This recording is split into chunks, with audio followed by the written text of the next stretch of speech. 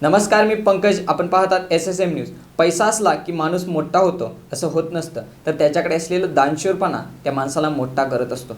समाजात असे काही लोक आहेत ज्यांनी स्वतःला समाजकार्यासाठी वाहून घेतलेलं आहे. अशाच एका दानशूर व्यक्तीची आज आपण कहाणी पाहणार आहोत.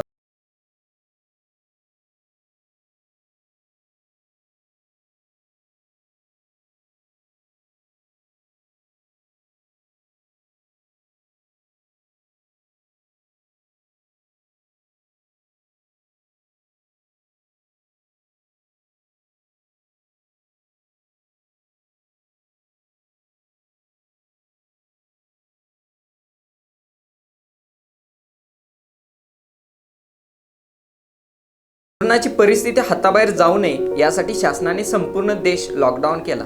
याच काळात हातावरचं पोट असणारे लोक, मोलमजुरी करून जगणारे कामगार यांचे मोठ्या प्रमाणात हाल होताना दिसून येत आहे. अशा लोकांसाठी जणू देवदूतच बनून स्वतःला सामाजिक कार्यात वाहून घेतलेला एक अवलिया समोर आला. आष्टा येथील हॉटेल रानवाराचे मालक, युवा उद्योजक दीपक फाळके यांनी आपल्या गाडीतून ऊसतोड मजुरांना, झोपडपट्टीतील गरीब कामगारांना तसेच गरजू लोकांना त्यांच्यापर्यंत जाऊन जीवनावश्यक वस्तूंचे वाटप केले. श्रीमंतीचा आव आणून मोठेपणाने मिरवणाऱ्या काही लोकांना दीपक फाळके यांनी जणू नवा आदर्शच घालून दिला.